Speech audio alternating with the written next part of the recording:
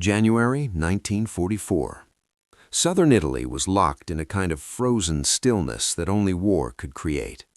The hills overlooking the Liri Valley stood silent beneath a pale winter sky, their stone walls coated in frost, their farms abandoned and hollow.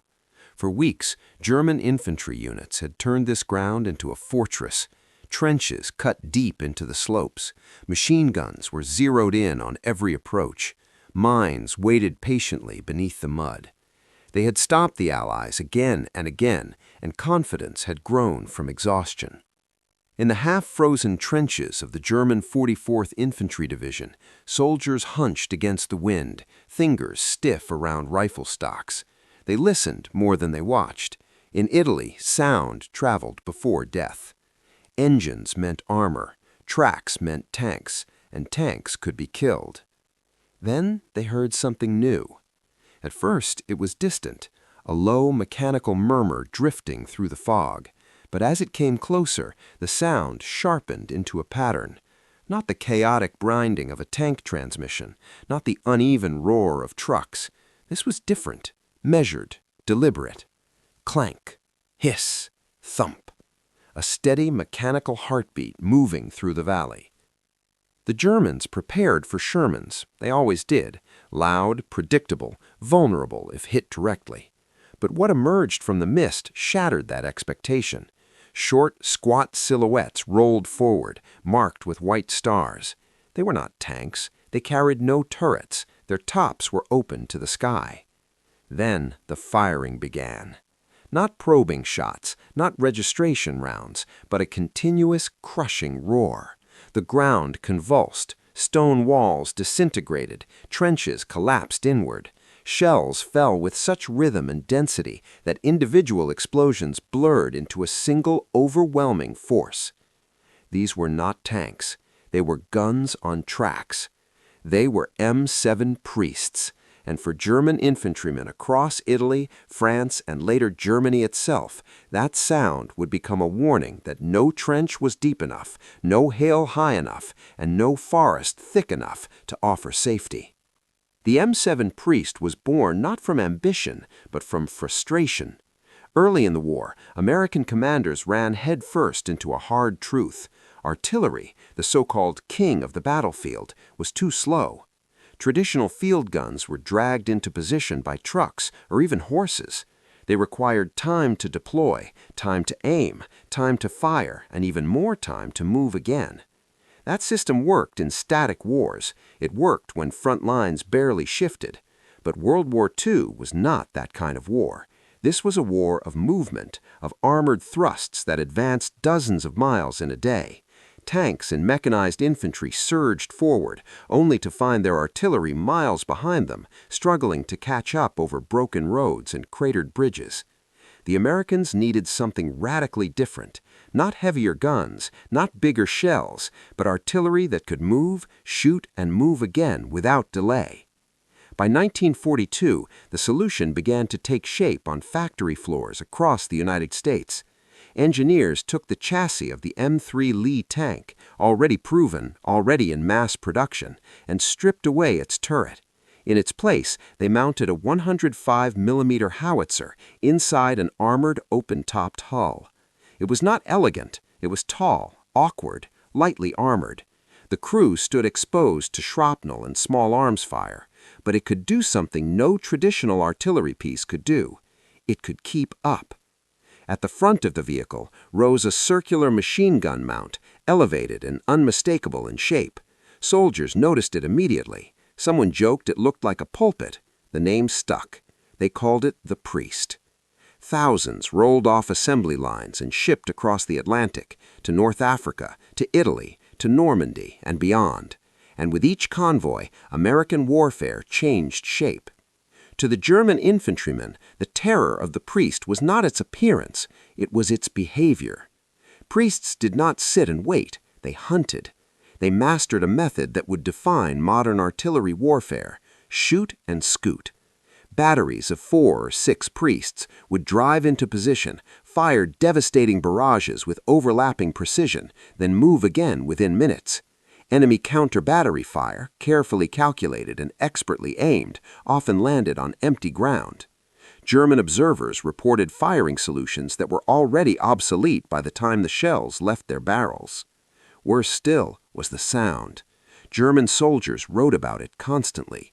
The American guns did not thunder in brief storms. They spoke continuously, day and night, a steady voice of steel that never seemed to rest.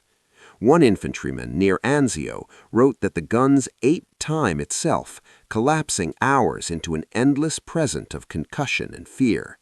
This was not just artillery, it was psychological pressure weaponized. For soldiers trained in the traditions of the Wehrmacht, precision, conservation, discipline, the American approach felt unreal. Every barrage seemed excessive, wasteful, yet it never stopped. By mid-1944, American factories were producing millions of artillery shells each month. If a priest fired too much, no one reprimanded the crew. Another truck was already on the way. Supply lines stretched across oceans, but functioned with terrifying efficiency. German troops gave the guns names. Some called them iron thunderers, others called them factory guns. The meaning was always the same. This enemy would not run out. The priest proved its value early in North Africa in 1942. There it demonstrated that mobility could outweigh protection. British forces receiving priests through Lend-Lease drove them alongside tanks, smashing German anti-tank positions that had been designed to stop armor, not artillery that moved like armor. In Sicily and Italy, American commanders refined the concept further. The priest was never meant to duel tanks. Its thin armor made that suicidal, but as an infantry companion, as a breakthrough weapon, it was devastating. By the time Allied forces landed in Normandy in June 1944, more than 4,500 M7 priests were already in service. By war's end, that number would double. Every major American advance would move under their shadow. The German army had been trained to think of artillery as distant and predictable, something to locate, something to suppress, something separate from the frontline fight. What they encountered instead was artillery that advanced shoulder to shoulder with tanks. In the hedgerows of Normandy, bunkers that revealed themselves with a single burst of machine gun fire were erased moments later. Forward observers called in coordinates by radio. Nearby priests responded instantly. Shells slammed into firing positions before defenders could relocate. When German units withdrew to secondary lines, the priests followed. Minutes later, the new positions were under fire. It was rolling destruction, fire that walked with the enemy. After-action reports from Panzer Grenadier units described the experience as fighting an opponent whose firepower moved faster than thought. A creeping barrage that did not merely precede attacks, but actively escorted them. The numbers confirm the shock.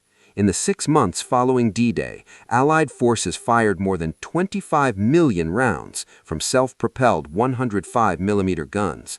Average rates reached 10 rounds per gun per minute. And because the priests rarely stayed in one place, losses to counter-battery fire remained low. For American infantrymen, the effect was transformative. Letters home describe a sense of protection, a belief that something vast and unstoppable stood behind them. Veterans spoke of walking beneath a roof of fire. Morale surged. Colonel Louis F. Lytle of 2nd Corps observed early in the Italian campaign that infantry confidence tripled when priests were in support. Belief became mechanical, and mechanical belief changed how soldiers fought.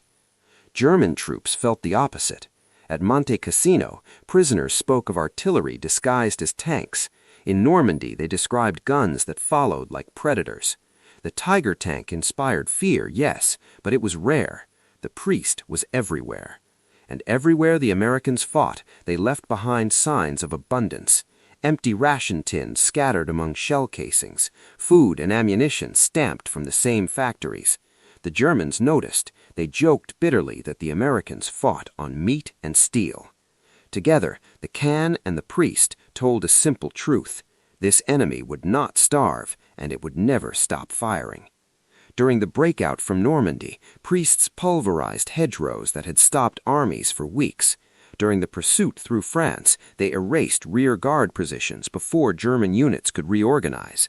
At night, they fired by radio and muzzle flash, denying the enemy sleep. A French farmer later said it felt like thunder had learned to walk. Inside the Priest, life was punishing. 6-man crews worked amid cordite fumes and deafening concussion. The open top exposed them to shrapnel and weather, but allowed faster loading. They slept in shifts on ammunition crates. Hands burned, ears rang permanently. Each 105mm shell weighed over 30 pounds. An hour of sustained fire meant tons of metal hurled downrange. And when the racks emptied, trucks were already arriving. German high command noticed. Late war intelligence summaries noted, almost with resignation, that American artillery fire suggested no limit of supply. General Alfred Jodl would later remark that the Americans produced artillery the way others produced bread, half disbelief, half awe. By 1945, Priests crossed into Germany itself. Their final barrages lit the night along the Rhine. For German soldiers still resisting, the sound was no longer shocking. It was inevitable. When silence finally returned, what remained told the story. Shell casings, ration tins, mud churned by tracks. The M7 Priest never became a symbol of individual glory. No aces, no legends. But its influence ran deeper than any single tank or aircraft. What terrified the German infantrymen was not just its firepower. It was what it represented. A war fought not only with courage and skill, but with systems, with production, with abundance turned into precision. The mechanical heartbeat of clank, hiss, thump was not just a weapon. It was the sound of a civilization discovering how to turn plenty into power.